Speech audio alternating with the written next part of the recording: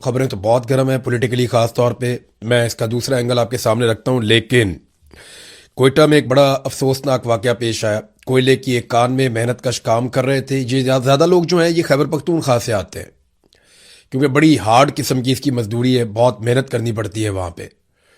और पहले भी ये वाकयात होते रहे हैं। एक कान के अंदर धमाका हुआ और अब तक की इतला के मुताबिक 35 से ज़ायद लोग वहाँ पे अंदर मौजूद थे, जिनमें ज़्यादातर शहीद हो गए।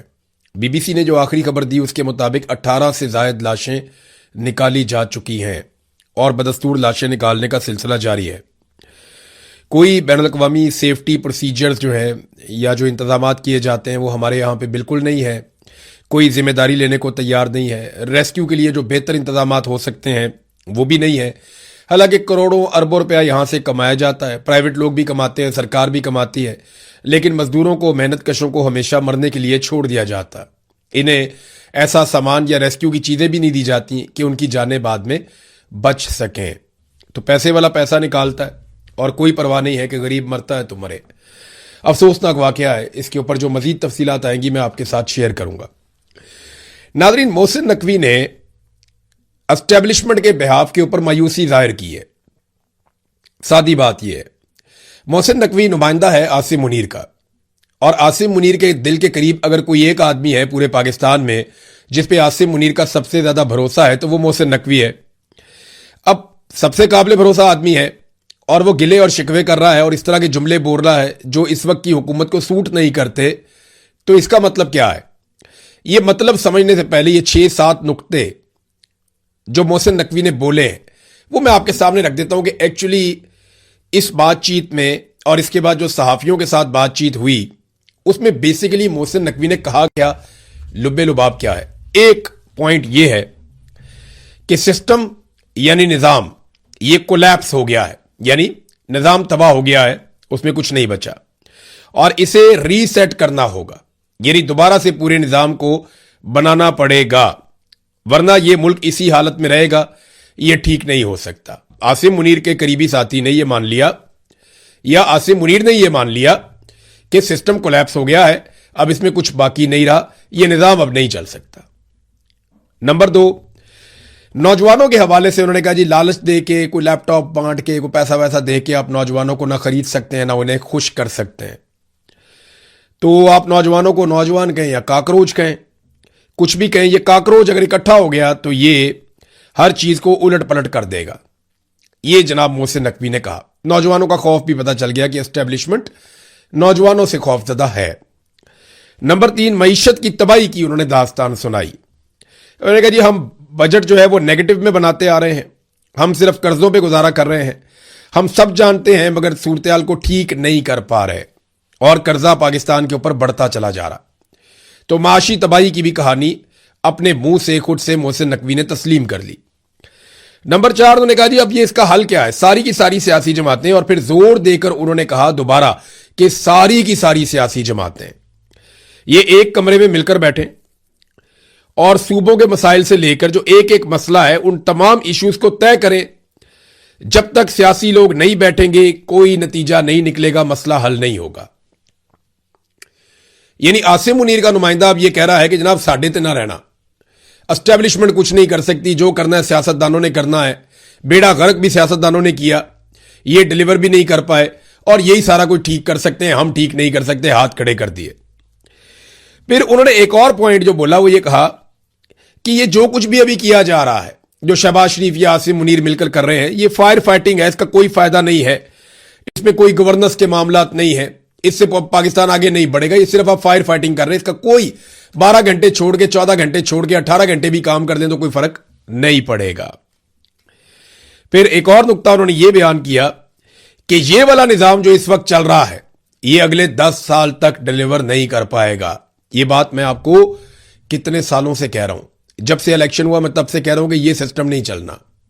सवाल ही पैदा नहीं होता कि यह एस्टेब्लिशमेंट मिलकर इस मुल्क को या इस निजाम को चला पाए। इनसे चलना ही नहीं है, ये उल्टे लमक जाए, कुछ भी कर ले, इनसे नहीं चलेगा। आज मोहसिन नकवी ने एतराफे जुर्म कर लिया, उसने कहा जी 10 साल भी ये निजाम काम नहीं कर सकता जब तक कि सारे लोग मिलकर नहीं बैठेंगे। और कई मरतबा मैंने आपको कहा कि सारे चोर डाकू इकट्ठे भी हो जाए ना और पाकिस्तान की फौज को सिर्फ उसके हलफ के ऊपर रोक दें कि आप बैरकों में वापस जाएं और अपने हलफ की पासदारी करें, मुल्क को हम संभाल लेंगे तो मुल्क बच जाएगा। आज यही बात आसिम मुनीर का नुमाइंदा भी कर रहा है। आगे ना उसी बात पे आगे चले। एक और उन्होंने जो इसमें स्टेटमेंट दिया, उन्होंने कहा जी फील्ड मार्शल 10 बार कह चुके हैं कि जमहूरियत डीरेल नहीं होगी, 5 साल पूरे करेगी हुकूमत। जमहूरियत तो डीरेल हो गई जिस दिन आपने पाकिस्तान में इलेक्शन चोरी कर दिया आसिम मुनीर साहब। जमहूरियत तो उस दिन डीरेल हो गई जब आपने सारे के सारे कवानीन ही तब्दील कर दिया, आइन का हुलिया बिगाड़ दिया। जमहूरियत तो उस दिन डीरेल होगी जब आपने एक पॉलिटिकल पार्टी का इंतखाबी निशान छीन लिया, उसका झंडा उठाने पर पाबंदी लगा दी। जमहूरियत तो उस दिन डीरेल होगी जब आपने एक पॉलिटिकल लीडर की आवाज सुनवाने पर, उसकी शक्ल दिखाने पर आपने पाबंदी लगा दी। जमहूरियत तो उस दिन डीरेल होगी जब आपने जबरदस्ती इंसानों को जबरी तौर पर लापता किया और जब वो वापस आए तो वो अपनी पॉलिटिकल पार्टी को जिसके साथ जमहूरी वाबस्तगी थी वो उसको छोड़ चुके थे। तो जमहूरियत को डीरेल करने की हर कोशिश करने के बाद आसिम मुनीर का नुमाइंदा कहता है कि जमहूरियत को डीरेल नहीं होने देंगे, हुकूमत 5 साल पूरे करेगी। वो कैसे करेगी वो भी देखते हैं। एक और बात उन्होंने आसिम मुनीर का नाम लिए बगैर कही। उन्होंने कहा कि जो बात कही पहले मैं आपको एग्जैक्टली वैसे ही पढ़ के सुनाता हूं।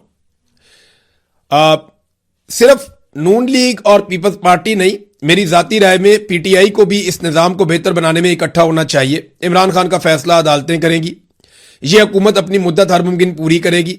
मैं सदारती निजाम की बात भी नहीं कर रहा, यह मोहसिन नकवी ने सहाफियों से बातचीत में कहा। तो देखिए, हुकूमत अपनी मुद्दत पूरी भी करेगी और यह निजाम 10 साल तक डिलीवर भी नहीं कर पाएगा और निजाम कोलैप्स भी हो गया है। सारे इकट्ठे होकर बैठो और पीटीआई को भी इकट्ठा करो और इमरान खान का फैसला अदालतें करेंगी। समझ आ रही है आपको? एक और स्टेटमेंट देखें। आसिम मुनीर का नाम लिए बगैर मोहसिन नकवी ने कहा कि एक बंदा सब कुछ लाकर प्लेट में रख रहा है, कोई रेड लाइन है जो वो शख्स क्रॉस नहीं करना चाहता। वो कहता है कि इसी सिस्टम में हो और ठीक हो, अब सबका फर्ज है कि मिलकर रीसेट करें। यानी सादी सादी बात है, ये मार्शल लॉ की धमकी है। मोहसिन नकवी ने कहा कि Asim Munir red line cross करके मार्शल लॉ नहीं लगाना चाहता। वो नहीं चाहता कि पाकिस्तान में सिस्टम डीरेल हो, लिहाजा यही सिस्टम काम करे और इसी के अंदर मामला ठीक हो जाए। ये आसिम मुनीर की ख्वाहिश है, ये मोहसिन नकवी ने कहा। बात सादी सादी तो ये है ना, और रेड लाइन क्रॉस नहीं कर रहे। तो वो जो रेड लाइन है वो तो क्रॉस हो चुकी है। जो मोहसिन नकवी कहता है कि एक बंदा रेड लाइन क्रॉस नहीं करना चाहता, वो रेड लाइन तो क्रॉस कर चुका है। आइन की शक्ल बिगाड़ दी, रेड लाइन क्रॉस हो गई। अदलिया और पार्लिमान को यरगमाल बनाकर एक्सटेंशन भी ले लिया और इस्तिस्ना भी ले लिया, रेड लाइन तो क्रॉस हो गई। पूरा का पूरा इलेक्शन चोरी कर लिया, रेड लाइन क्रॉस हो गई। इंसानी हकूक की धज्जियां उड़ा दी। यानी कोई एक पाकिस्तान के अंदर सरमायाकारी लाए हो ना, या स्टेबिलिटी लाए हो, कोई एक चीज कुछ भी आप लेकर नहीं आए। यानी सवाए डोनाल्ड ट्रंप का फेवरेट फील्ड मार्शल बनने के कोई और चीज या क्रेडिबिलिटी या सरमायाकारी वो पाकिस्तान में तो नहीं आई। पहले कहा जनाब के सैकड़ों अरब हम पाकिस्तान में लेकर आ रहे हैं, वो भी नहीं आए। फिर कहा जनाब ओवरसीज पाकिस्तानी 1000 अरब रुपया लेकर आ रहे हैं, वो भी नहीं आए। फिर कहा जी मादनियात हमारे लिए गेम चेंजर साबित होने जा रही हैं, वो भी नहीं हुआ। फिर कहा जी हमारे तेल और गैस के नए जखायर निकल आए, वो भी नहीं मिले। फिर कहा जी असलहे और जहाजों के सौदे हो रहे हैं, पूरी दुनिया से ऑर्डर आ रहे हैं, लाइनें बंद गई हैं, पता चला वो भी नहीं हुआ। फिर कहा जी क्रिप्टो से हम बहुत सारा पैसा बना के पाकिस्तान की किस्मत बदल देंगे, फिर वो भी नहीं हुआ। फिर अमरीकी सरमायाकार आ गए, उसके बाद जनाब अरबी सरमायाकार पहुंच गए। फिर उसके बाद कहा जी ये ब्रेन गेन हो रहा है, जो पाकिस्तानी पाकिस्तान छोड़ छोड़ के भाग रहे थे, हम ये कह रहे थे ये ब्रेन ड्रेन हो रहा है, डॉक्टर जा रहे हैं, इंजीनियर्स जा रहे हैं, अकाउंटेंट्स जा रहे हैं, पढ़े लिखे लोग पाकिस्तान से जो माहिरीन है मुख्तलिफ शोबों के, वो पाकिस्तान को छोड़ छोड़ कर जा रहे हैं, ये आप क्या कर रहे हैं? तो हमें कहा गया ये ब्रेन ड्रेन नहीं है, ये ब्रेन गेन है, ये भी कहा गया। फिर जनाब कहा गया दिफाई मुआहदे हो रहे हैं, इससे मुल्क की किस्मत बदल जाएगी। और अब जनाब यह कह दिया गया कि आखिरी हल यह है कि नए सूबे बना दिए जाएं, कि जनाब 20 सूबे और बना दो, यह कहा गया। तो 20 सूबे बनाने से क्या होगा? 20 सूबे बना लें, अब 30 सूबे बना लें, क्या इससे फौजी मुदाखलत खत्म हो जाएगी सियासत के अंदर? 20 या 30 सूबे बनाकर अपने ज्यादा सियासी लोगों को आप ऑब्लाइज तो कर सकते हैं, ज्यादा सियासी लोगों को और ज्यादा सियासी कंट्रोल तो आप हासिल कर सकते हैं। छोटे छोटे यूनिट होंगे ना, तो वो छोटे छोटे बंदे कंट्रोल कर लिया करेंगे, एक कर्नल की, एक कैप्टन की, एक मेजर की मार हुआ करेंगे, आप जितना मर्जी कंट्रोल कर लेंगे 20-30 सूबे बना के। लेकिन क्या इससे फौजी मुदाखलत खत्म हो जाएगी? नहीं होगी। 20-30 सूबे बनाकर के आप अवामी नुमाइंदों को इख्तियारात दे देंगे। जब तक आप अवामी नुमाइंदों को इख्तियारात नहीं देंगे, ये फैसला भी अवामी नुमाइंदों ने करना है और मुंतखब नुमाइंदों ने करना है कि सूबे कितने होंगे और किस तरह होंगे। ये कोई सरकारी ऑफिसर बैठ के बंद कमरे में ये फैसला नहीं कर सकता कि पाकिस्तान में कितने सूबे होने चाहिए। अब आ जाए इस बात पे कि क्या ये वाकई हो रहा है कि सेम पेज फट गया, या आसिम मुनीर साहब ने जनाब इस्तिस्ना और एक्सटेंशन लेने के बाद आंखें अपने माथे पे रख ली। कुछ लोग कह रहे हैं कि एस्टेब्लिशमेंट जो है वो सारी जिम्मेदारी सियासतदानों पे डाल रही है। इससे पहले हमने मिशाल मलिक को सुना, उन्होंने कहा जो कुछ आजाद कश्मीर में हो रहा है इसके पीछे सियासतदान जिम्मेदार है, फौज का तो कसूर ही कोई नहीं है, मिलिट्री एस्टेब्लिशमेंट तो बेगुनाह है, उन्होंने तो कुछ भी नहीं किया, जो किया है वहां पे सियासतदानों ने किया। तो ये मलबा सारा सियासतदानों पे क्यों डाल रहे हैं? मजे की बात यह है कि नून लीग जो हर चीज में चौधरी बनती है, बहुत चीख चीख के बोलती है और हिसाब बराबर करने की उनको आदत है, यहां पे उनकी चूं भी नहीं निकली। मोहसिन नकवी ने उनकी धुलाई की है पकड़ के, उनकी चूं भी नहीं निकली, वो जरा भी नहीं बोले बल्कि डरे हुए और सहमे हुए। मोहसिन नकवी को तो ऐसे बुलाते हैं जैसे मुन्ने के अब्बा, यानी डरते डरते मोहसिन नकवी को मुखातिब करते हैं। ख्वाजा आसिफ, एहसन इकबाल, शहबाज शरीफ, नवाज शरीफ, इसाक डार, आसिफ जरदारी, ये सारे मिलकर सीना ठोकते रहे कि जनाब हमारा हाइब्रिड निजाम बहुत अच्छा चल रहा है, हम एस्टेब्लिशमेंट के हाथ मजबूत करेंगे। आज उस निजाम की धज्जियां उड़ा दी मोहसिन नकवी ने और एक चार्जशीट पूरी की पूरी लगा दी शहबाज शरीफ के ऊपर। शहबाज शरीफ वजीर आजम है, उसकी काबीना का एक रुकन है मोहसिन नकवी, उसने शहबाज शरीफ की गवर्नेंस के ऊपर पूरी की पूरी एक चार्जशीट लगा दी। यही ताजिर है जो आज बैठे हुए थे। ये 2 साल पहले आसिम मुनीर साहब ने इनसे 3 साल पहले बहुत बड़े बड़े वादे किए थे, 1 साल में मैं ये कर दूंगा वो कर दूंगा, 2025 हमारी तामीर और तरक्की का साल है, बेड़े ही गर्क कर दिया 2025 में भी और 26 में भी। कुछ भी ये संभाल नहीं पाए। वजह क्या है? मैं आपको पिछले 2 महीने से बता रहा हूं कि आसिम मुनीर साहब का बनाया हुआ पूरा का पूरा निजाम और प्लान ये फेल हो चुका है। ये सारा का सारा सिस्टम बैठ गया है। अब ये ढूंढ रहे हैं कि मलबा किसके ऊपर डालें। ये खुद मलबा उठा नहीं सकते, किसी और पे डाल नहीं सकते, बचने की उम्मीद बहुत कम है। डोनाल्ड ट्रंप भी इनको नहीं बचा सकता। कोई इतना पैसा तो लाके वो पाकिस्तान को नहीं दे देगा कि आप निकल जाएं। अरबों डॉलर हमने दुनिया के देने हैं। सिर्फ इस साल जो हमने कर्जा वापस करना है वो 21 अरब डॉलर है। 21 अरब डॉलर, एक अरब डॉलर के लिए हम तरसते हैं। एक अरब डॉलर के लिए हम कितने पापड़ बेलते हैं वो आप सब जानते हैं। इन्हीं ताजरों के सामने SIFC के बलबूते पे बड़े बड़े दावे आसिम मुनीर साहब ने किए थे, कोई भी पूरे नहीं हुए। और एक और मैं बड़ी अजीब चीज देख रहा था, जब भी मोहसिन नकवी साहब किसी नाकामी का तस्करा करते थे कि निजाम कोलैप्स हो गया, ताजिर तालियां बजाना शुरू हो जाते थे।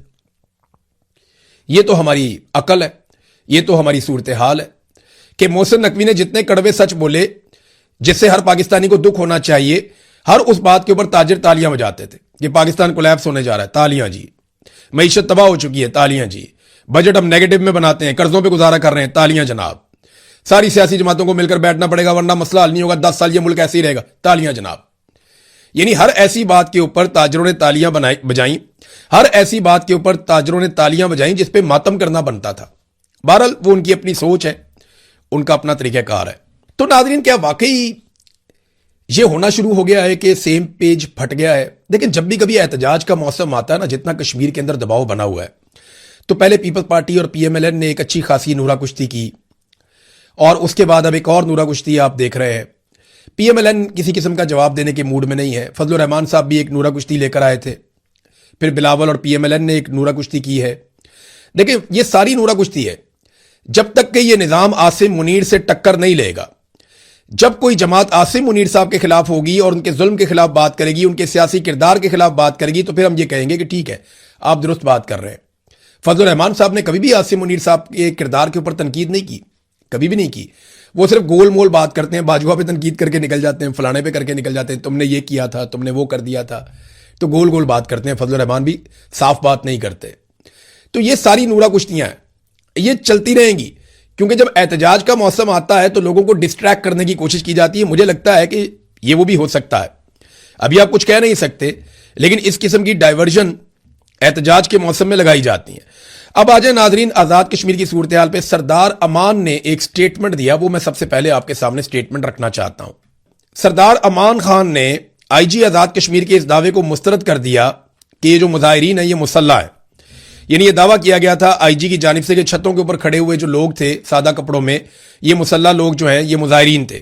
लेकिन उन्होंने कहा नहीं, ये मुजाहिरीन नहीं थे, इमारतों पर सिक्योरिटी फोर्सेस के शूटर्स खड़े थे, उनका ताल्लुक मुजाहिरीन से नहीं था।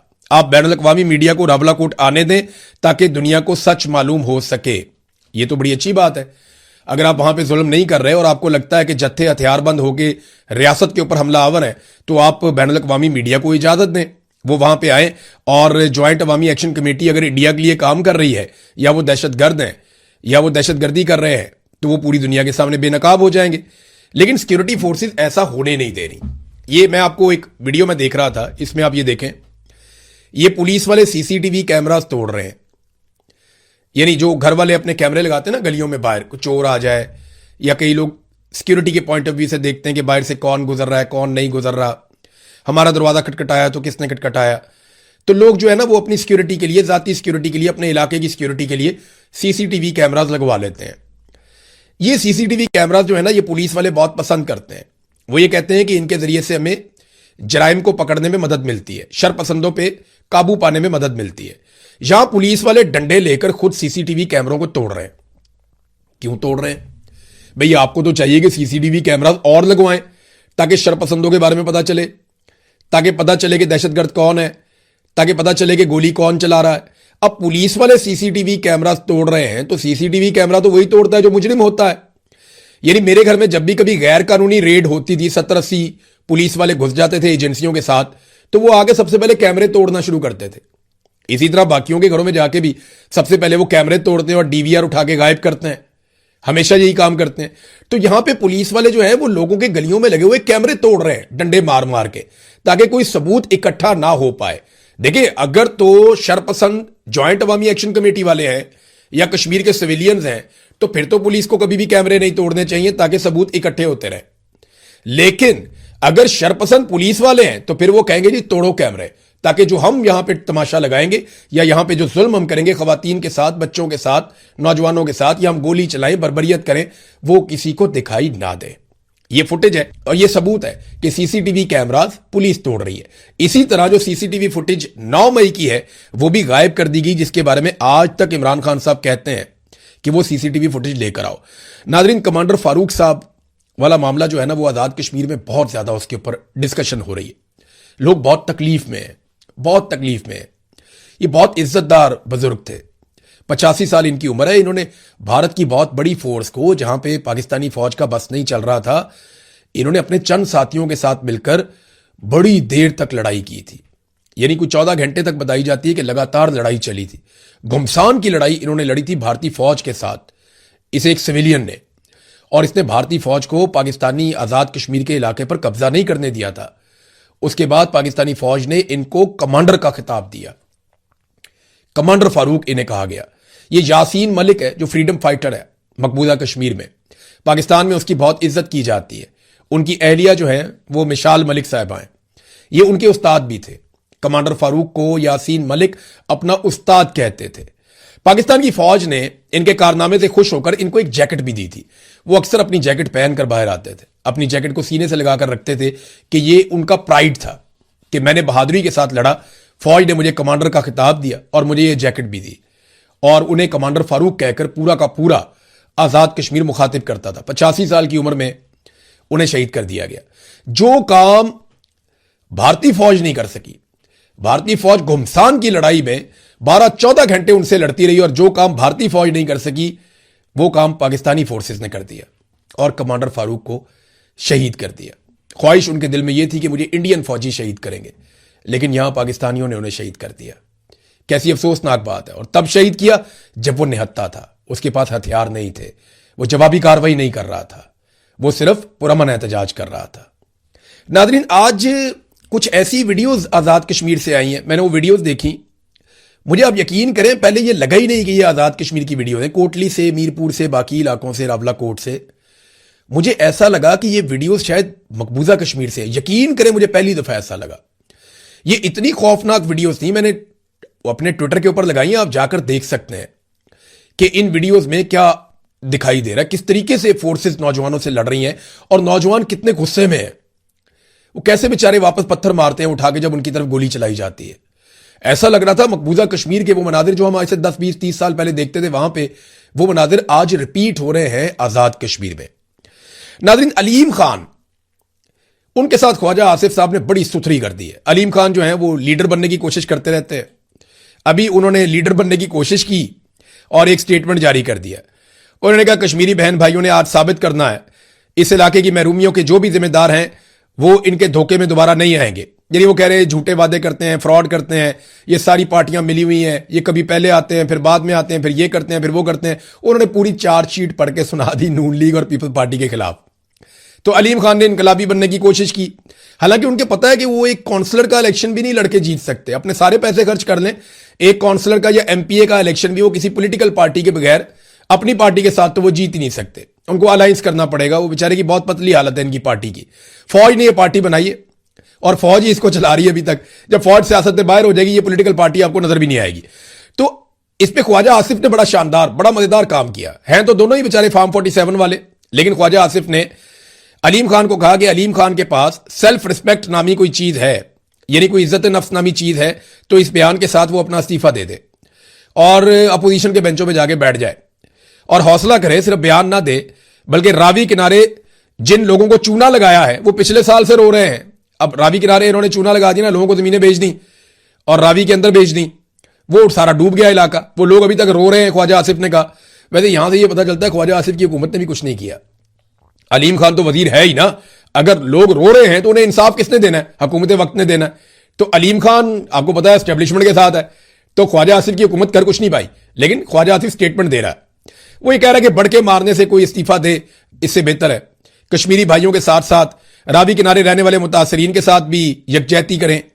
और सियासत कभी कभी कोई शर्म या हया भी मांग लिया करती है, यानी अलीम खान में शर्म या हया नहीं है। ख्वाजा आसिफ ने स्टेटमेंट दिया। अब देखते हैं कि अलीम खान ख्वाजा आसिफ को कैसे जवाब देता है। हम इंतजार करेंगे, फिर आपके साथ शेयर करेंगे। अब तक के लिए इतनी, अपना ख्याल रखिएगा अपने इस चैनल का, और याद रखिएगा ये नूरा कुश्ती है। आप पॉपकॉर्न खाएं, एंजॉय करें, इनको लड़ने दें आपस में। ये सारे आसिम मुनीर के लोग हैं और उनकी वजह से ये सारे बेचारे इक्तदार में हैं। जब ये खुद आएंगे ना अवाम के बलबूते पे, अवाम के कंधों पे बैठ के आएंगे, तो हम भी इनकी इज्जत करेंगे, फिर आप भी इनकी इज्जत करेंगे। अभी फिलहाल पॉपकॉर्न खाएं।